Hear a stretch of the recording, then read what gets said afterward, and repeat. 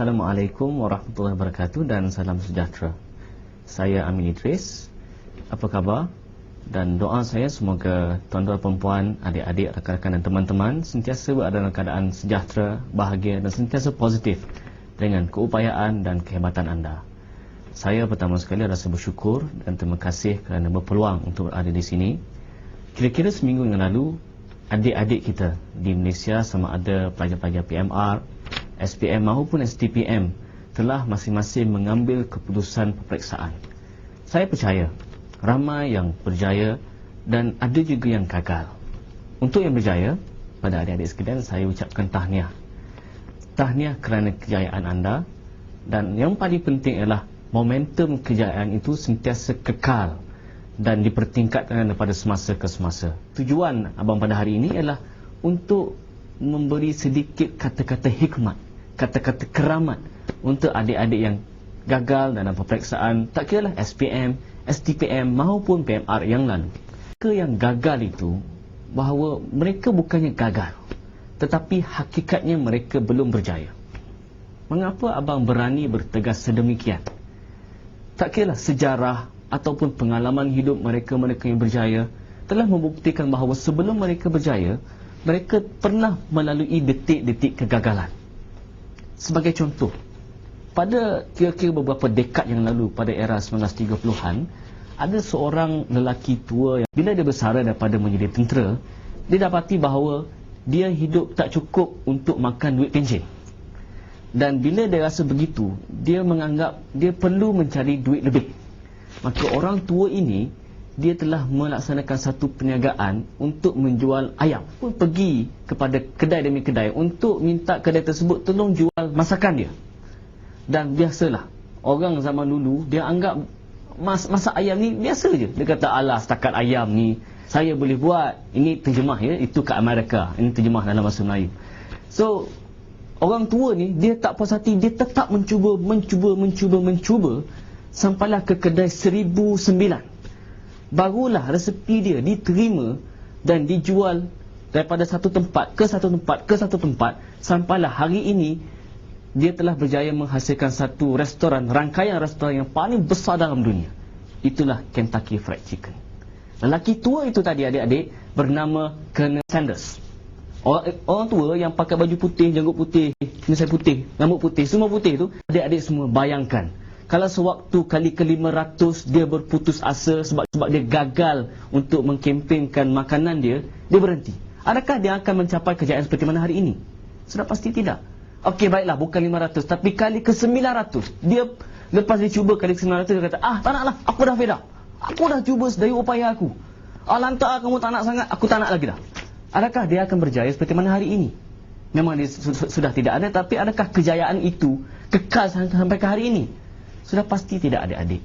Inilah kuasa mereka yang pernah gagal dan mereka belajar daripada kesilapan mereka dan mereka mencuba sampai akhirnya berjaya. Adik-adik semua, abang dulu pernah belajar di UIA dan abang ada seorang pensyarah. Beliau seorang doktor, seorang profesor. Beliau pernah gagal SPM. Dia ulang SPM, gagal SPM. Dia juga pernah gagal STPM. Lagi teruk, dahlah gagal SPM, gagal lagi STPM. Tetapi individu ini, abang tak perlu sebut nama, dia tetap mencuba sampai dia pernah bekerja di mahkamah sebagai penterjemah, sebagai penaik dan sebagainya. Dia tetap belajar, dia cari peluang, cuba pada cara yang lain.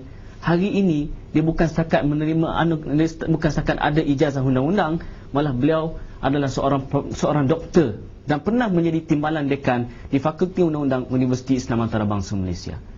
Orang berjaya itu pernah gagal SPM, pernah gagal STPM, tetapi sekarang dia berjaya. Mengapa? Inilah kuasa daripada mereka yang pernah gagal.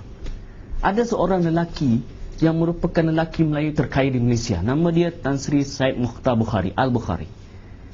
Dalam satu kenyataan dia pernah sebut adik-adik, dia kata, ramai orang yang kagum dan melihat akan kejayaan saya, tetapi ramai orang tak memandang dan pernah sedar akan bisnes saya yang gagal. Maknanya, tak ada dalam dunia ni adik-adik orang yang berjaya tak pernah gagal dalam hidup dia. Kalau ada kawan-kawan adik-adik yang belum gagal, maknanya one day he will fail. Tetapi dia akan tetap berjaya kalaulah dia belajar daripada kegagalan dia. Maknanya adik-adik, inilah kuasa daripada mereka yang tak putus asa. Tak putus asa artinya dia anggap bila dia gagal bukannya the end of the day, bukannya dunia sudah berakhir. Sedikit abang nak bagi satu tips beberapa. Dia tetap mencuba sampailah dia berjaya. Bagaimana untuk adik-adik bangkit daripada kegagalan? 3 tips. Yang pertama sekali adik-adik sekalian, adik-adik mesti fokus kepada kekuatan dan sentiasa mempertingkatkan kekuatan adik-adik semua. Kenal tak David Beckham? Nama sebenarnya ialah David Robert Joseph Beckham. David Robert Joseph Beckham, dia seorang pemain hebat dunia. Dia pernah menjadi Captain England. Dia pernah memenangi Piala FA England, pernah memenangi Liga Perdana England, dan dia pernah memenangi Piala Liga Juara-Juara. Dan sekarang bermain di Real Madrid, akan berpindah ke United States. Dia ni bukan seorang player yang hebat untuk menjaringkan gol melalui heading. Dia juga bukan seorang kaki dribble. Dan dia sedar kekuatan dia ialah kaki kanan. Dan sekarang ni dia memiliki kaki kanan paling berbahaya dalam dunia. Sebab apa? Dia fokus pada kekuatan dia. Apa? Kaki kanan. Jadi adik-adik, kalau adik-adik hebat bahagian matematik, so go on.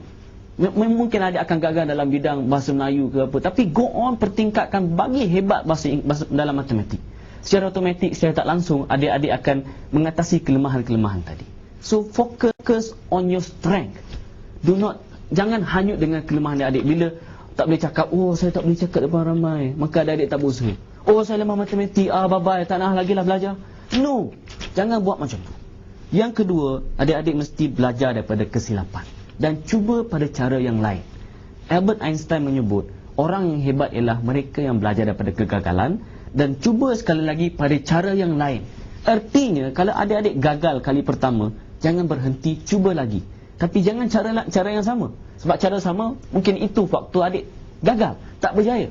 So, cuba cara yang lain, buat postmortem, buat muhasabah, buat penilaian, kenapa adik gagal, cuba pada cara yang lain.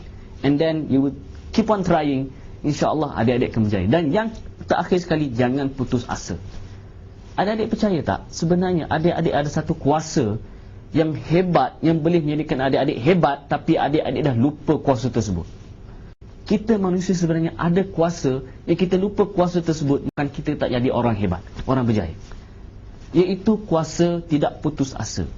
Kalau adik-adik berumur 17 tahun, ingat balik 16 tahun yang lalu. Waktu adik-adik mula belajar untuk berjalan.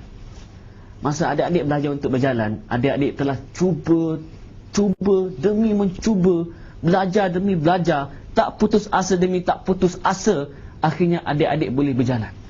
Bayangkan kalau adik-adik masa kecil dulu, bila nak belajar berjalan, nak bangun sikit jatuh, nak merangkak baru dapat, nak bangun lagi nak berjalan, jatuh lagi.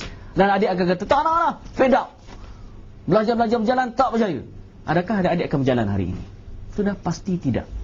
Oleh demikian, kuasa itu pernah wujud. Adik-adik tak putus asa sampai adik-adik boleh berjalan, boleh berlari lagi sekarang. Kerana apa?